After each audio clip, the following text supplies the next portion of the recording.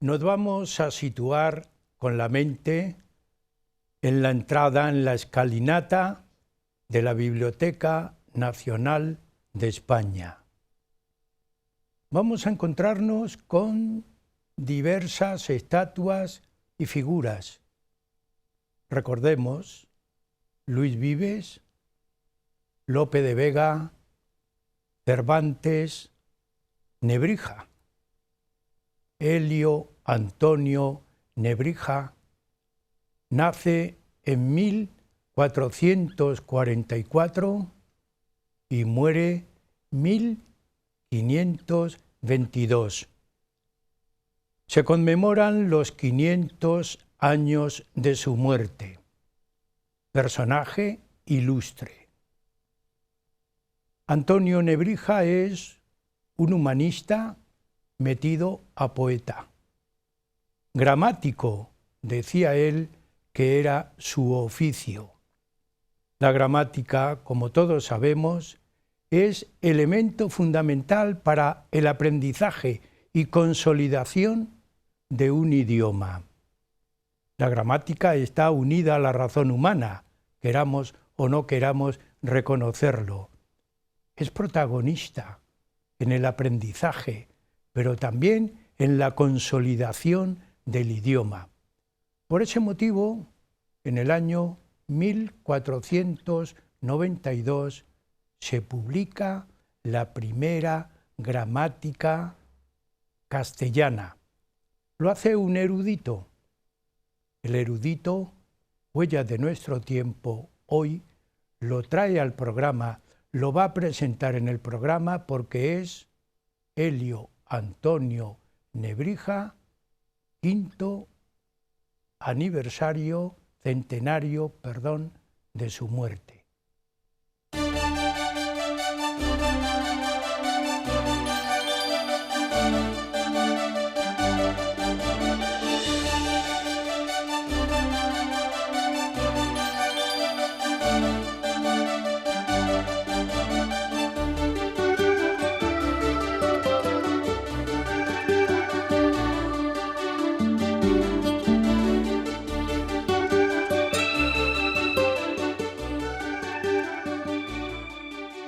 Elio Antonio Nebrija, un gran personaje, humanista, renacentista, estudioso, profesor.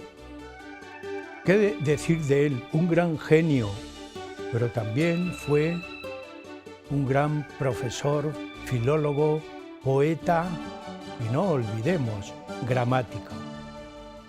Este genio, este especial personaje va a ser expuesto y tratado en el programa también con otro personaje, con otro invitado, poeta, filólogo, que es otro erudito, como puede ser Nebrija, don José María Gómez Gómez. Don José María Gómez Gómez es también un humanista, un filólogo, catedrático de literatura, de lengua española, poeta, investigador, pero fundamentalmente hoy don José María es un erudito. Y a él le vamos a dar la palabra para que nos hable de la vida, de todos los avatares que tuvo este gran personaje. Recordamos, 1444-1522, llenó su época, pero hasta hoy le estamos recordando. Pues vamos a dar la palabra a don José María Gómez Gómez. José María. Muy buenas. Estamos de nuevo en el programa Huellas de nuestro tiempo. Y encantado porque vamos a hablar hoy de uno de los grandes símbolos, el primero, el gran iniciador de la investigación moderna. De nuestra Cofradía Internacional de Investigadores, que se precia de eso, de estar formada por hombres cultos dedicados a la investigación de los más variados saberes, puede hoy jactarse de que tiene como su gran principal y primer mentor a Elio Antonio de Nebrija. En la historia de la investigación científica y humanística española, Elio Antonio de Nebrija está a la cabeza. Es por consiguiente un personaje muy nuestro, muy de la Cofradía Internacional de Investigadores. Es el investigador. José María, es un placer escucharte y además para mí es una satisfacción porque cuando hablamos de la palabra estamos hablando de la humanidad que tiene el hombre. Y eso ennoblece, ¿verdad?, a esta humanidad. Por ese motivo, yo hoy estoy más feliz que de costumbre. Primero, por acompañarte en ese pensamiento filológico que tú tienes.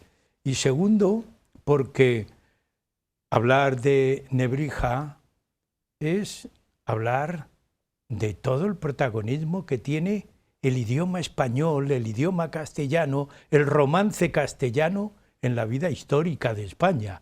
Por supuesto, y empezando también por el latín, porque sus primeros trabajos fueron, lógicamente, el latín, la necesidad que había de renovar los estudios en latín, de cómo él se definía, de develar la barbarie, de acabar con el atraso que había en el latín. Porque es cierto que se enseñaba el latín en la universidad, en las universidades, en Salamanca, pero era un latín medieval, era un latín bastante, digamos, pedestre, poco elegante. Él quiere traer la elegancia, el gusto por el gran latín, el latín clásico que se había ido perdiendo a lo largo de la Edad Media.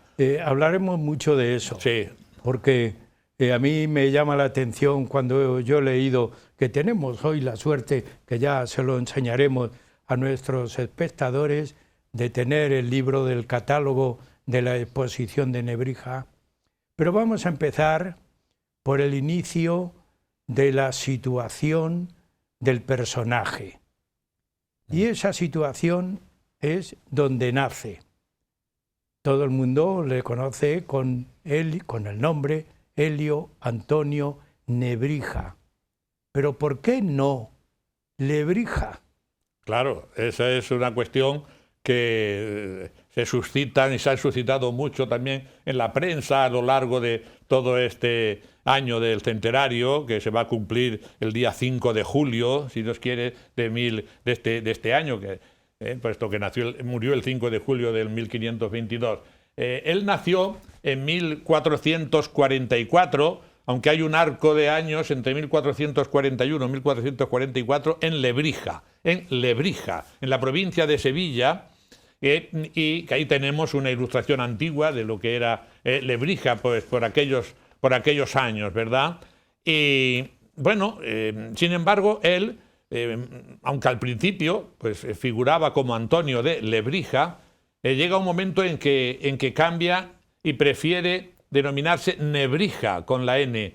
Y eso, pues hay muchos, incluso personas cultas, que no saben a qué se debe, y hemos oído incluso en políticos de allí, de propio Lebrija y de la cultura española, que fue una impostura, que él quiso darse un poco la excelencia de su procedencia latina, etcétera, etcétera. La verdad es que él nos lo cuenta en un precioso poema, el titulado Elegía de Patriae Antiquitate Fertilitateque eius et parentibus auctoris, es decir, sobre la antigüedad de su patria, de su pueblo, de su ciudad, de Lebrija, y la fertilidad de sus campos. Pues en ello nos cuenta cómo Lebrija es una fundación mítica de Baco, del dios Baco. Claro, Lebrija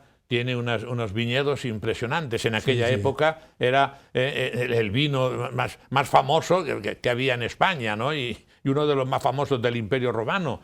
Entonces, él crea o recoge, mejor dicho, la tradición que en otros autores clásicos, como en el mismo Silio Itálico y otros, pues hablan de la llegada de Baco a Esperia, a España, acompañado de un tal Lisia, o Lucia, según que es el que va a dar nombre a Lusitania. y Baco vienen persiguiendo, hasta el promontorio de Calpe, ahí se separan, Calpe es Gibraltar, y por ahí entra Baco y siguiendo la ribera del Guadalquivir y persiguiendo a un ciervo, en latín nebris, ahí está la clave, persiguiendo a ese nebris. Ahí tenemos una representación del ciervo de Baco, el ciervo que va persiguiendo Baco, nebris. Entonces el ciervo le conduce a un lugar donde hay unas lagunas y hay unas aguas y un frescor extraordinario, y ahí Baco se enamora de ese lugar y es donde... bueno, pues él crea allí los grandes viñedos, ¿no? Creo que esto está muy cerca también de Jerez, ¿no? Que luego los ingleses también se enamorarán de ello y crearán el vino de Jerez y todo esto, ¿no? Pues esto ya proviene desde la antigüedad latina, ¿verdad? Entonces lo que fundó Baco no fue Lebrija, sino Nebrija, es decir, el lugar de la nebris, el lugar del ciervo, y de ahí que él tomó el nombre claro, de Nebrija. Claro, un lugar favorecido por Baco con los viñedos, favorecido también por Minerva y toda la exuberancia de las olivas, de los olivos, y también favorecido por Ceres con la exuberancia de los cereales, porque es, digamos, los tres grandes productos fundamentales que eran la vida para Roma y para los romanos, se dan en ese lugar de Nebrija, como él establece de forma culta, cogiendo esta leyenda mitológica. Ahí está el vino, ahí están los olivos y ahí están los trigos, los cereales. Ya le tenemos Nebrija. Exacto. También nos gusta Nebrija, Claro, porque después de haberte escuchado, José María, yo, si me dan a elegir, dudaría Lebrija o Nebrija, y casi preferiría utilizar Nebrija. Y estamos viendo el palacio de la condesa de Lebrija, que esto ya se construye en el siglo XVI. Es un poco posterior a Nebrija, pero vemos el esplendor. Y ahí tenemos los mosaicos romanos, que en ese palacio se conservan de la tradición romana, y muchos de ellos, lógicamente, de la época clásica de Roma. Pues vamos a situarnos, como todo personaje tiene unos antecedentes, unos primeros momentos de su vida. ¿Cómo es la vida de Helio Antonio Lebrija en su natal Lebrija? Sí, bueno, él en Lebrija aprende los rudimentos del latín, en fin, y se empieza a entusiasmar con el latín, pero lógicamente tiene que desarrollar sus estudios y empieza por Salamanca. En Salamanca pues alcanza el bachiller en las lenguas clásicas, y ya entonces tiene cierto desencanto, nos dirá luego después, porque sus maestros, profesores, ahí tenemos las aulas de Salamanca donde él aprendió ese latín, pues no le enseñaron a degustar como debía el latín, como él luego después lo va a degustar en Bolonia, porque hacia el año 63 él es becado por el obispado de Córdoba y marcha a Bolonia, al colegio de España en Bolonia, que estamos visualizando en este momento, que había José sido María, fundado por Gil de Albornoz en el ya siglo XIV. Ya vemos que ahí tuvimos la suerte de organizar un congreso, exacto, sí. nosotros, y allí disfrutamos, disfrutamos porque todas esas piedras tienen mucha historia. Mucha historia. Y mucho encanto. Fuimos felices allí mucho. ¿Y cómo era un intelectual en el siglo XV, en el siglo XVI? Porque cuando nosotros relatamos la vida ya escrita de un personaje, es como si diéramos la cocina hecha. Hecha. Pero ¿cómo es la vida de un intelectual? Debía ser dura.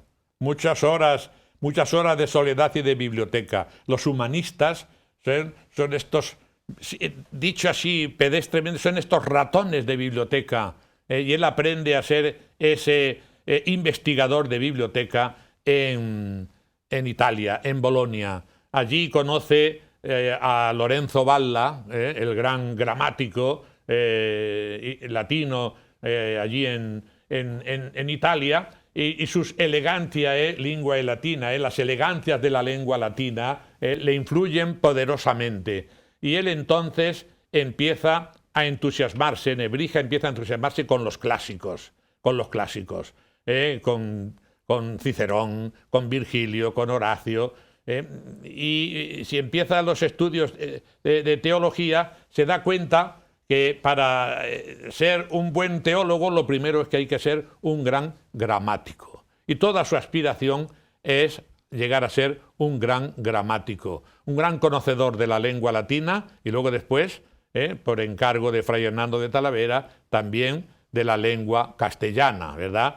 Entonces él, la vida de Nebrija son siempre investigando, buscando los textos más depurados, los textos con menos errores, con menos corruptelas, purificando los textos, tanto de los clásicos como de los textos también de la Sagrada Escritura, que esa será la función última y definitiva de la gramática, sí. La purificación de los textos. Él leyó, trabajó sobre la Vulgata. Claro. Que dicen los estudiosos que tenía muchos errores. Y la traducción de los 70, de los griegos, también griegos. Y necesitó también, al comprobar que había también entre los textos escriturísticos griegos, había diferencias y vacilaciones y corruptelas, necesitó acudir al hebreo y al arameo, que son, digamos, para el Antiguo Testamento. Bien.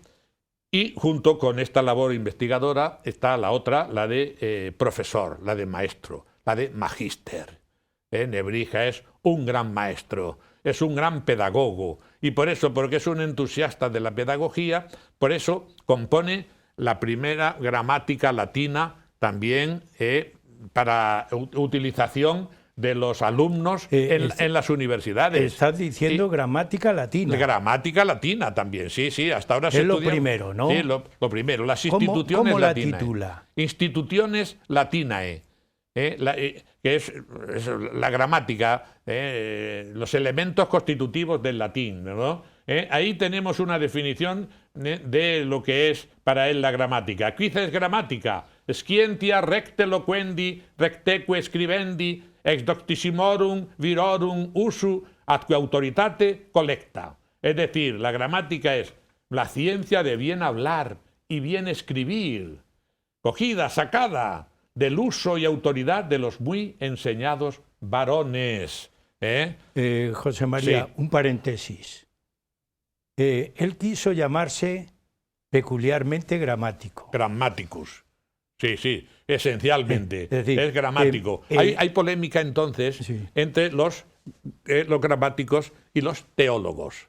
Los teólogos despreciaban un poco a los gramáticos.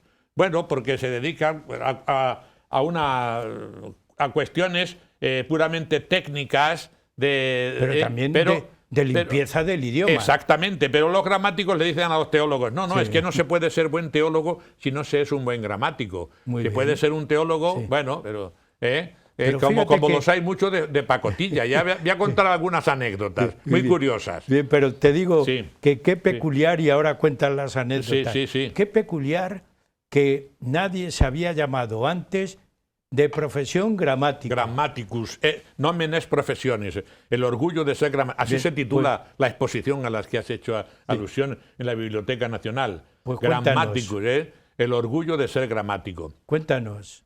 Él escribe una carta a Nebrija, se la escribe en castellano, sobre el proceso que él siguió para terminar metiéndose después en lo que se llamaba la filología bíblica.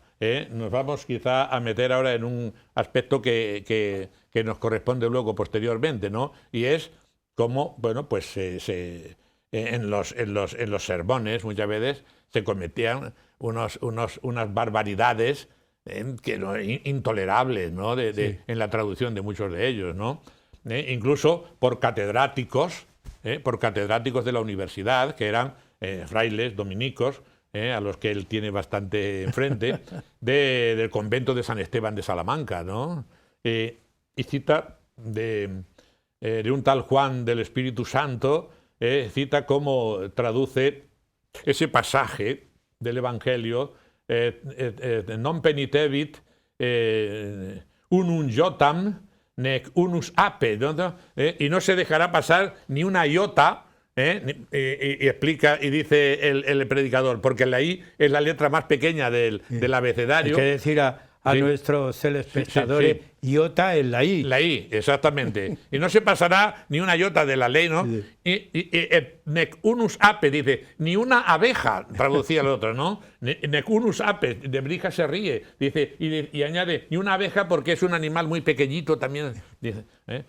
Todos sabemos que la traducción es, y no pasará ni una letra, ni una iota, ni un apéndice tampoco, un apéndice, ni una tilde, es la traducción correcta, pero aquel fraile le había traducido apex por apis, por abeja, ¿no? Ya, y ya. así otras corruptelas de las que hablaremos más adelante, sin duda, sí.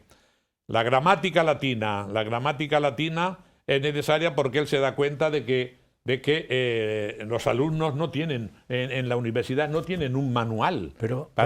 Sí. Pero José María, para Sí. esa época, concebir un maestro, al fin y al cabo es Sí, un maestro, sí, claro, aunque claro. fuera catedrático de la Universidad de Salamanca, pero no va reñido uno con otro. El maestro pensar cómo inventar para que los alumnos tengan un libro. Sí, Porque sí, claro, sí, en sí. aquella época nadie tenía libro. Lo en la mano. primero que tuvo que hacer fue poner la imprenta, porque él es el que pone la primera imprenta en Salamanca. Y en el año 1481 es cuando publica esa primera gramática latina. Instituciones latinae. Exactamente, para que y además procurando hacer una edición bastante compendiosa, nada prolija, muy sencilla, para que los alumnos pudiesen tenerla. Y barata. Exactamente, y abaratarla, como él dice, y ¿no? barata. Y luego también es muy interesante que la reina Isabel le pide que la traduzca, que la traduzca también al castellano, la gramática latina, para que puedan aprenderla las monjas y las mujeres sin necesidad de asistir a clases con un varón. Pero José Sí, María, sí, qué sí. curioso Sí. que cuando recibe la gramática la reina Isabel la Católica no entiende mucho el buen uso que se va a dar a ese libro. No, bueno, no lo es que- entiende. no, Inicialmente, claro, era muy duro José María. Sí, no, dice que para qué podía servir, ¿verdad? ¿Para qué podía servir esa gramática? Eso ya es la gramática castellana, porque la reina le pide primero que la gramática latina que ha escrito para los alumnos, para utilización en la universidad, la traduzca también al castellano para que puedan las mujeres que no iban a la universidad, las mujeres y las monjas especialmente en los conventos, pudiesen aprenderla también. Pero luego, en el año 1487, estando allí en Salamanca con Fray Hernando le encarga la gramática castellana. Y cuando la tiene compuesta, en 1492, aquí tenemos la figura de Fray Hernando, que es fundamental, gran amigo de Nebrija, y él lo confiesa en múltiples ocasiones. Fray Hernando, 1492, pues se la presentan a la reina Isabel. Y la reina Isabel pregunta que para qué podía servir ese libro, puesto que ella tenía que patrocinarlo, ¿no? Y en ese momento dice Nebrija que le tomó la palabra el obispo de Ávila, que Fray Hernando, tomándole la palabra, pues explicó, porque con esa gramática, los pueblos de Castilla, que no saben bien el castellano, podrán venir a aprenderlo bien, ¿no? Del reino de Castilla, como son los vascones y los gallegos y astures, ¿no?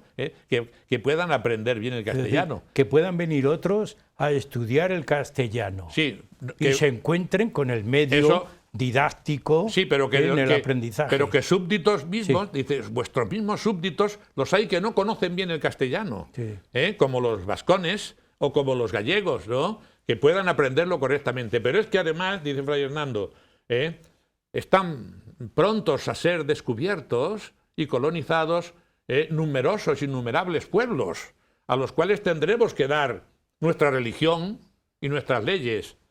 Para eso es imprescindible darles primero nuestra lengua. Es decir, la lengua siempre fue compañera del imperio. Lingua sequitur imperium. Está pensando en las conquistas americanas. Claro, ya está pensando en esas islas, tierras, tierra firme de la mar Océana. Está pensando José María, vamos a hacer un pequeño parón. Sí.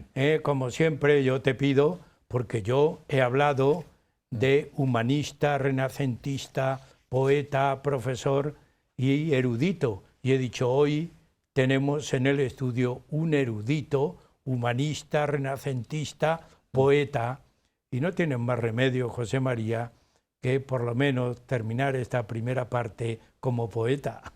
Pues lo voy a hacer con un soneto, tratando de explicar en él, de glosar el título del mismo, que es esa frase famosa que hace suya Nebrija, lingua sequitur imperium.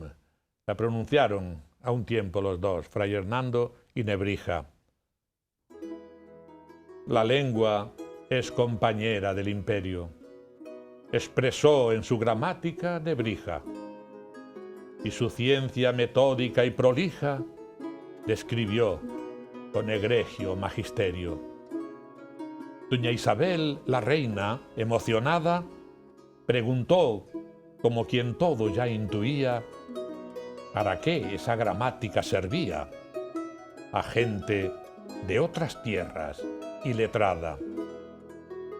Fray Hernando esgrimía las naciones, las razones. Majestad, cuando innúmeras naciones sean sometidas a vuestra coyunda, habrá que darles nuestra fe y las leyes, porque obedezcan siempre a nuestros reyes. Así, un imperio sólido se funda. Para ello, han de aprender sabia y urgente nuestra lengua española floreciente. Bueno, José María, un pequeño descanso y continuaremos hablando de Nebrija como historiador, que también por ahí va el tema hoy. Amigos, un descanso y seguimos con ustedes en el programa Huellas de nuestro tiempo.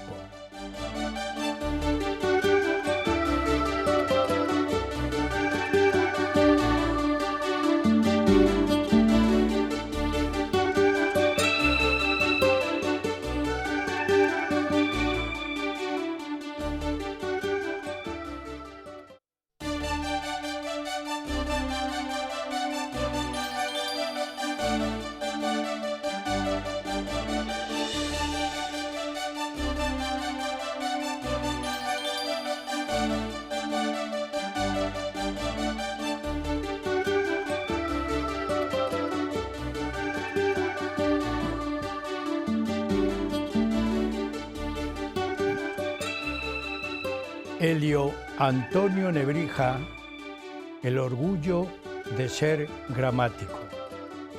La Biblioteca Nacional Española ha conmemorado la muerte del gran gramático, 1444-1522, hasta el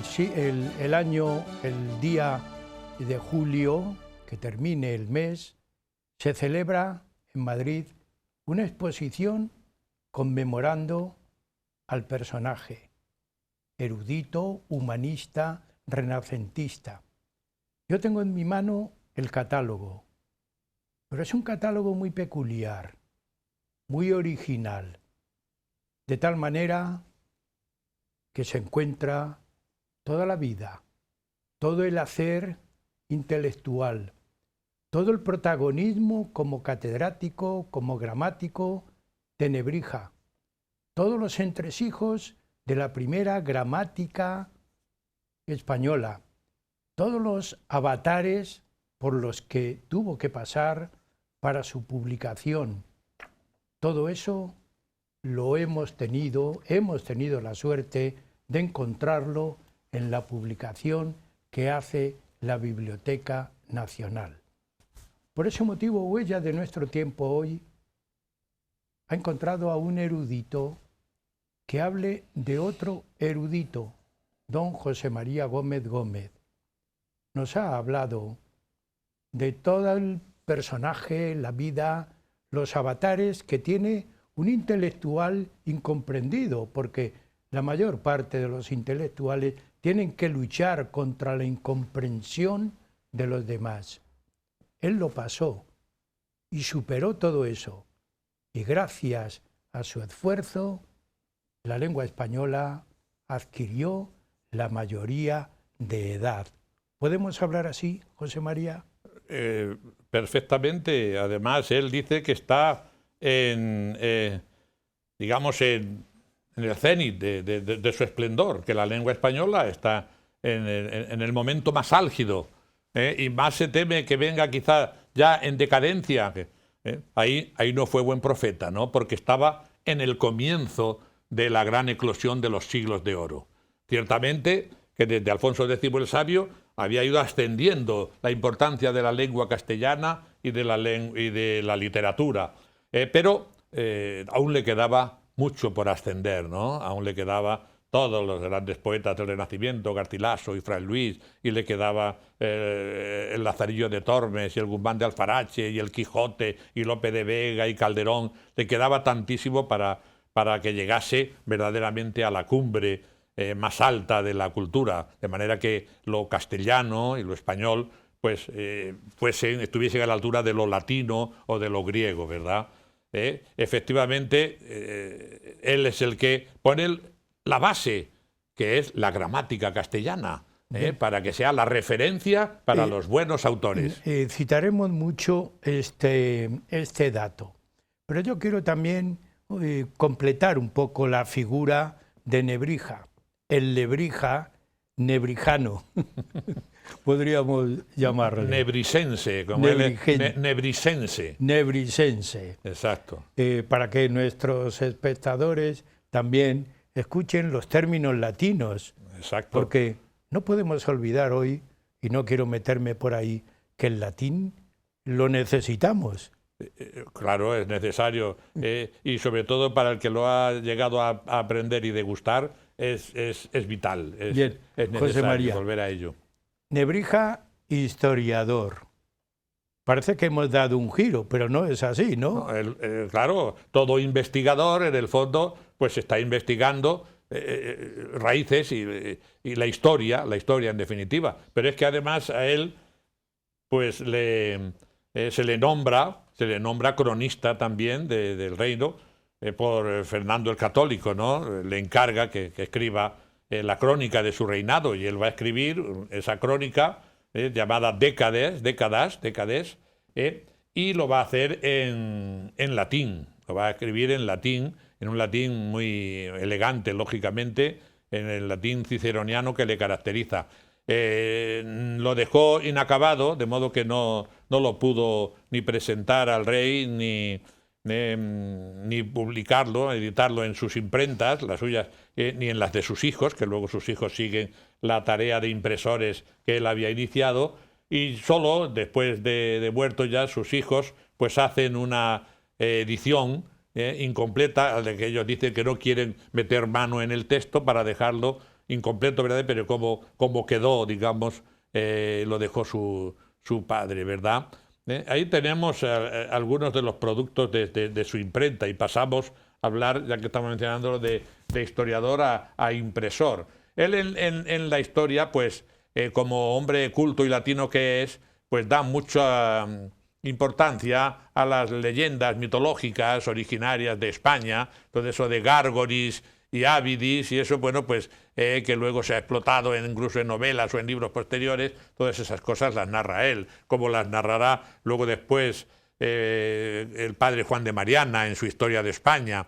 Él, pues, como buen humanista, pues da cabida a las leyendas o a a las fantasías, un tanto fantasías mitológicas, ¿no? Pero va siguiendo todo el proceso de la presencia, por supuesto, de las tribus celtibéricas, luego de la presencia griega, fenicia, los cartagineses, Roma, sobre todo, luego los godos y luego la invasión de los musulmanes, etcétera, lo va glosando todo en un latín muy elegante, ¿no? Para ceñirse sobre todo a la época de los reyes católicos, pero que le queda bastante incompleta.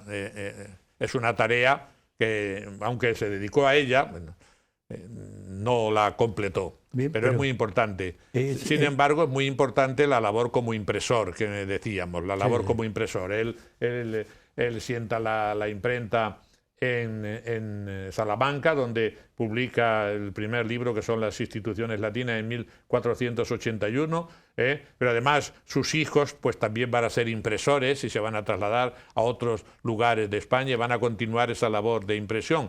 Él es el primero, en la historia de España, es el primer autor que cuenta con los derechos y hace valer los derechos de autor, y se los reconoce el rey, Fernando. José María, hay una anécdota que se publica en la obra fuera de España y se trae desde fuera de España a España, porque de esa manera le están un poco plagiando y también lo abaratan un poco más. Los derechos de autor... Pues, él consigue que eso se persiga, efectivamente, y por eso en las ediciones... Que hay un plagio, ¿no? En ediciones. Si vemos ahí dice que precisamente cum privilegio regali o cum privilegio principum, no sé si en esta, dice, ahí precisamente lo vemos abajo, dice precisamente...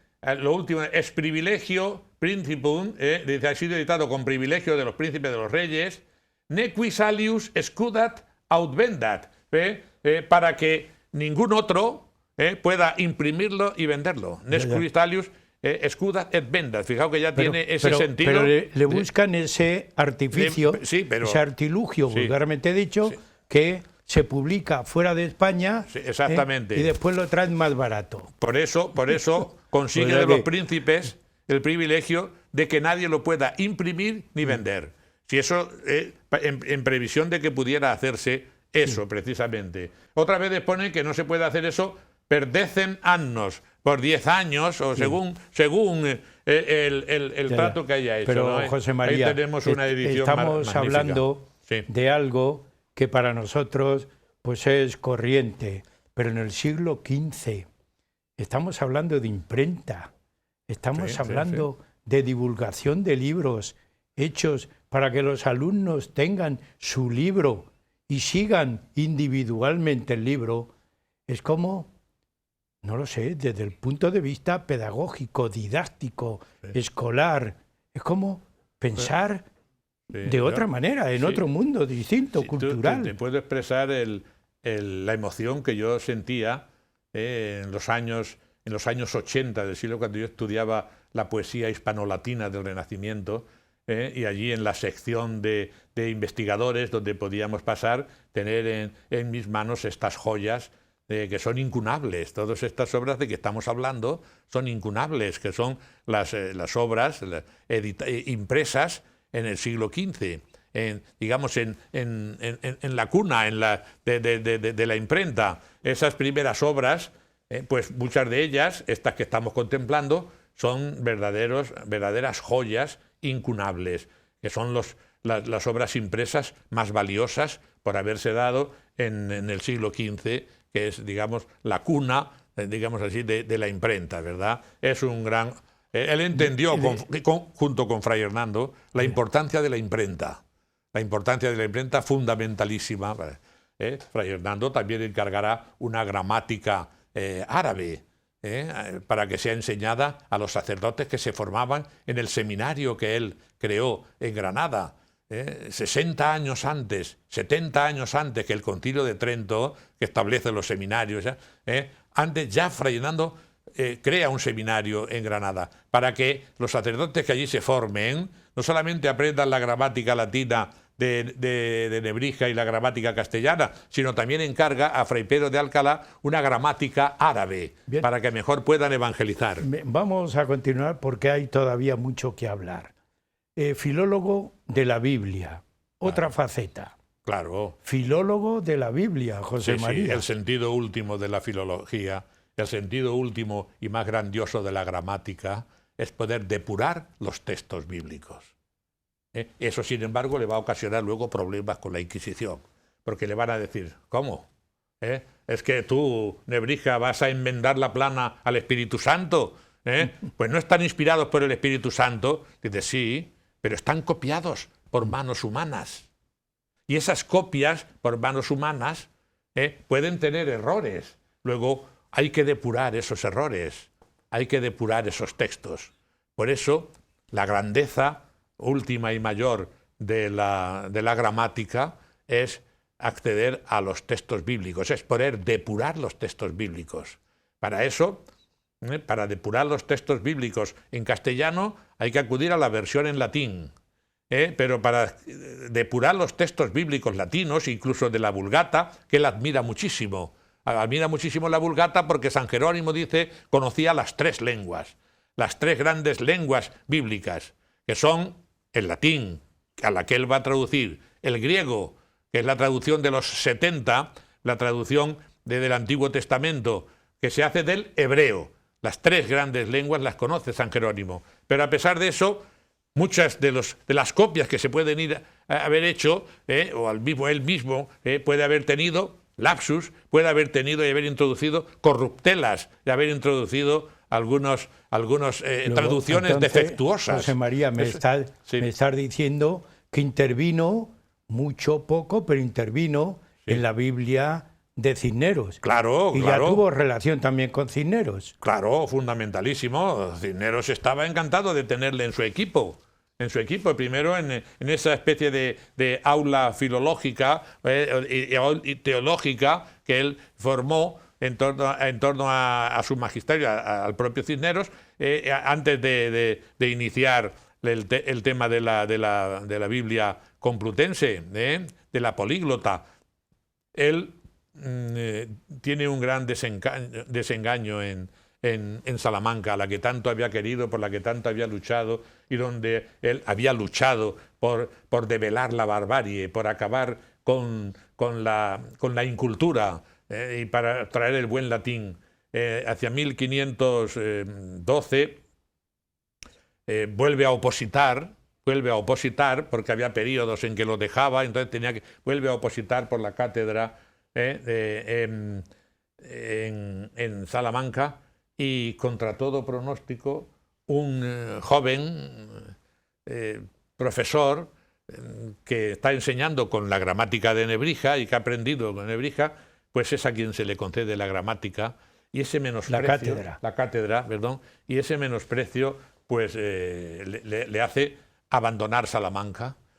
Dice que no volvería allí nunca, ni allí volverían sus cenizas. Él, que tenía allí su casa, que todavía cuando visitamos la universidad, al lado de la universidad, frente al rectorado, está la casa de Nebrija, y allí se expresa. Aquí vivió Nebrija mientras era profesor de la universidad. Él vuelve y ya se quedará desde el 13 hasta el 22 en Alcalá, siendo uno de los... Y ahí tenemos en Salamanca, Hic fuit domus Aelio Antonio Nebrisensi, eximio de velatori barbarie in memoriam. Aquí estuvo la casa de Elio Antonio de Nebrija, eximio de velador de la barbarie. Ese es el que... Pues bien, él se establece allí y para trabajar en la Biblia, en la políglota, depurando los textos. Tuvo también problemas con la Inquisición. Claro, eso que estamos diciendo. Porque él fue publicando, al mismo tiempo que publicaba sus gramáticas y que hacía ediciones, hasta 300 ediciones de la gramática latina, y al mismo tiempo que publicaba el diccionario de latín al español, pero también diccionario del español al latín, que publicaba vocabulario de medicina, que publicaba una cosmografía para hablar del origen de los nombres de los pueblos y de las ciudades, etcétera, etcétera. Al mismo tiempo que hacía todo eso, pues la Inquisición, al mismo tiempo, él publicaba lo que llamaba de 50 quincuagenas temas de corrección de la Biblia. Y entonces hablaba de textos erróneos o malas interpretaciones que se habían hecho sobre la Biblia. Recuerdo, por ejemplo, uno, nec reges, nec tres, era uno de ellos, sobre los magos. Ni fueron reyes ni fueron tres, decía Nebrija. Ecce magi ab oriente venerum. Aquí que vinieron unos magos. Y lo de magos podía ser, como se les llamaba, a unos determinados habitantes de una zona de Ucrania y para allá, o podían ser también estrelleros, en el sentido también del o estudiosos. Dedicado al estudio de de reyes ni de tres, nada, no lo dice la Biblia, decía él. O por ejemplo, cuando corrige la expresión talita cumi, cuando Jesús resucita a la hija de Jairo, le dice talita cumi, muchacha, niña, levántate. En algunas transcripciones se leía tabita, que también es una palabra hebrea, pero tabita significa cabra. Cabra. Entonces, gacela. Entonces él corrige que estas son deturpaciones, errores que hay. ¿Por qué? Porque no solo la filosofía es la teología, no solo la filosofía es sierva de la teología, también la gramática. Sí. La gramática también es la primera sierva, tanto de la filosofía como de la teología, porque la depuración de los textos es fundamental. Pero Fray Diego de Deza, en un momento de mucho endurecimiento de la Inquisición, y con él uno al que él le dio mucho poder, que fue nefasto, el inquisidor más nefasto que ha habido, Lucero, Luciferus, como le llama Pedro Mártir, Lucifer le llamaba Pedro Mártir. Estos dos personajes hicieron mucho daño en este sentido a la Iglesia y a la libertad, contra la que clama precisamente Nebrija, porque ellos, cuando murió la reina, iniciaron un proceso contra Fray Hernando de Talavera por oponerse a que el tribunal de la Inquisición entrara en Granada. Y entonces le acusaron.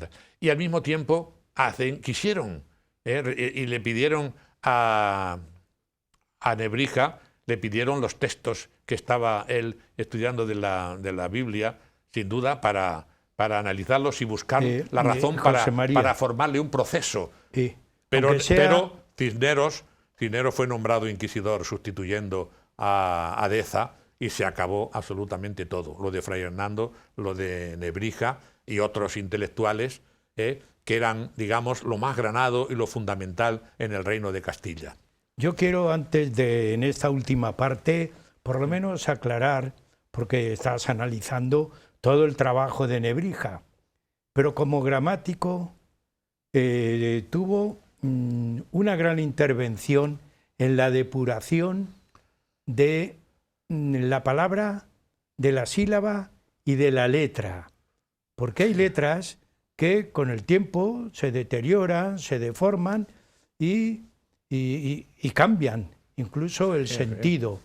Todo eso unido a lo que podemos llamar otra obra importante, los famosos diccionarios, que por lo menos des un poco orientación de estas dos cuestiones. Claro, los diccionarios es fundamental en la metodología de la enseñanza. Todos nos hemos forjado en las lenguas a base de los diccionarios. No había diccionarios tampoco para los alumnos en la universidad. En Salamanca él tiene que editar los primeros diccionarios, para lo cual pues tiene que ir regulando y estableciendo la ortografía. Pero incluso hay muchas veces que él mantiene la vacilación, que no se atreve a corregirla. Por ejemplo, el comienzo de la gramática castellana, cuando conmigo algunas veces pienso tal y cual, empieza con ese cuando. Bueno, pues él no se atreve a escribirlo con Q o con C. y pone las dos letras al principio. Quiere decir que todavía tiene esa vacilación no puede corregirla. Fijaos que esa vacilación llega hasta el siglo XVIII.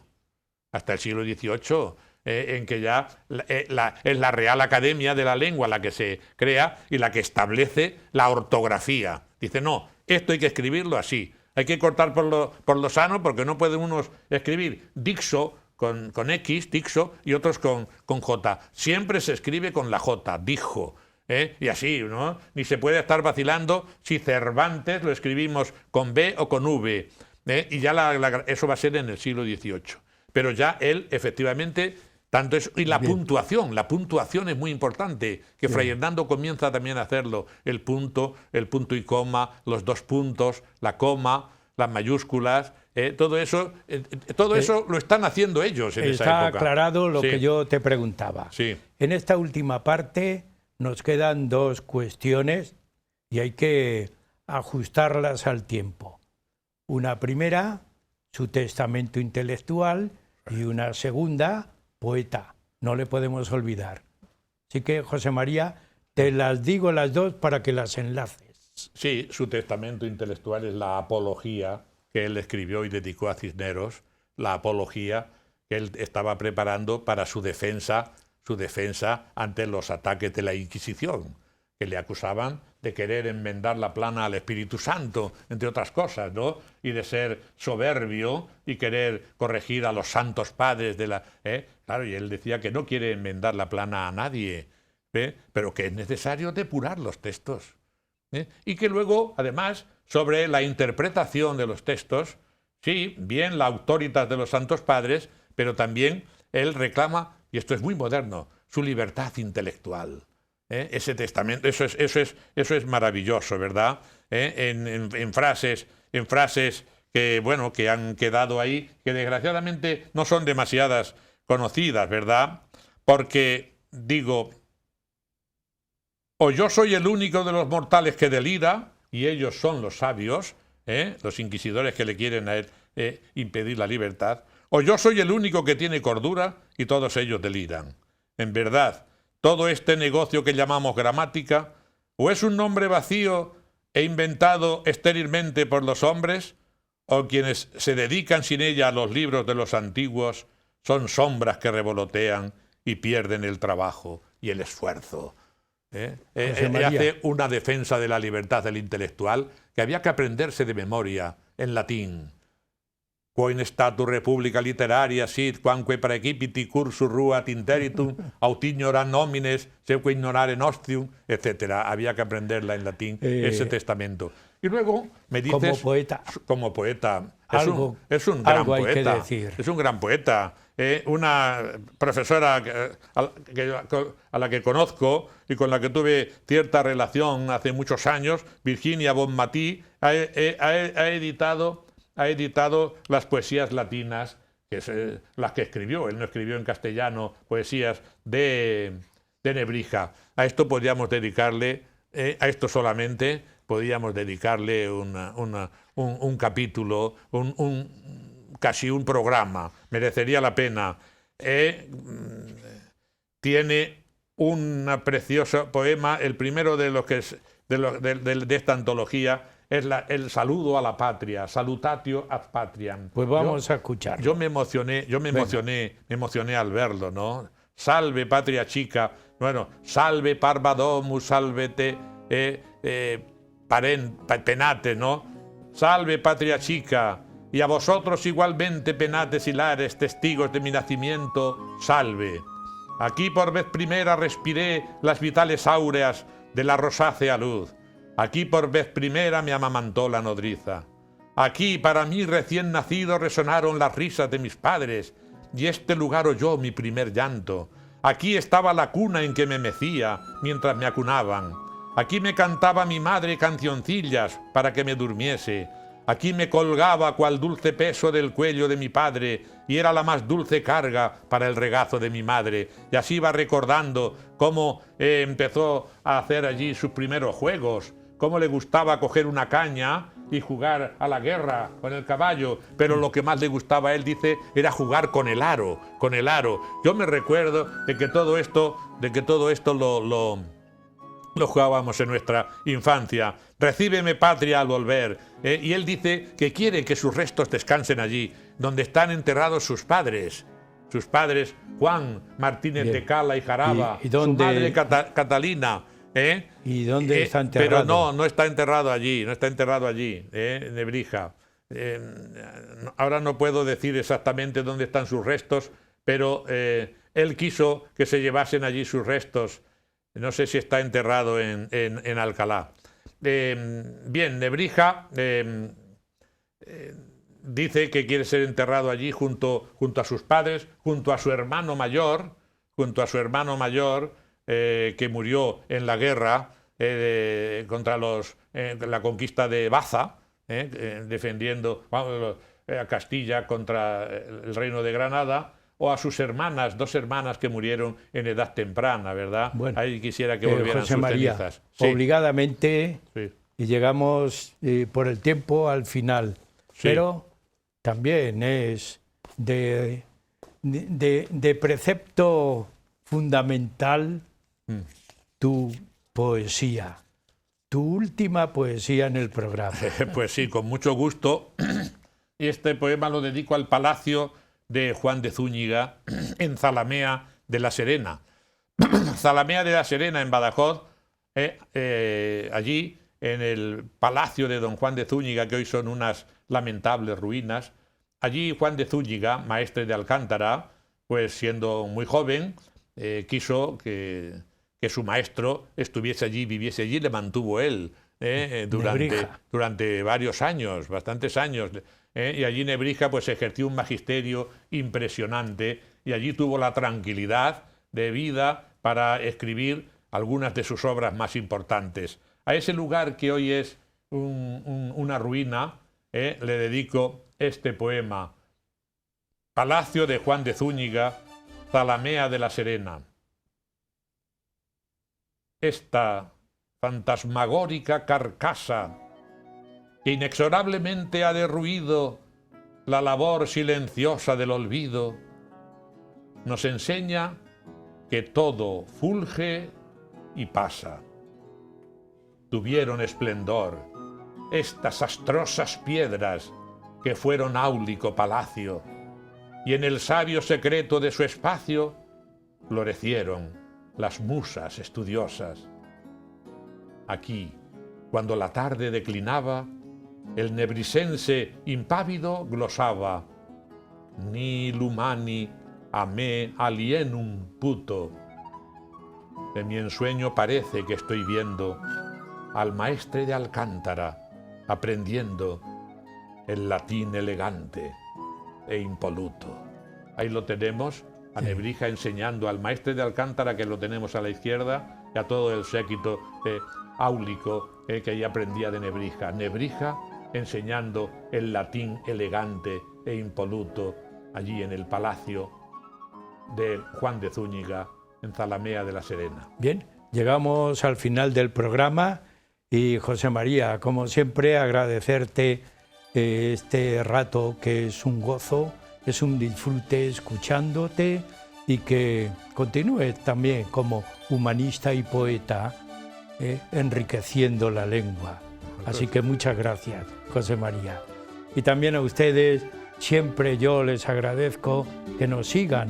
Huella de nuestro tiempo, todas las semanas un tema, todas las semanas estamos con ustedes. Así que no nos abandonen. Hasta el próximo programa.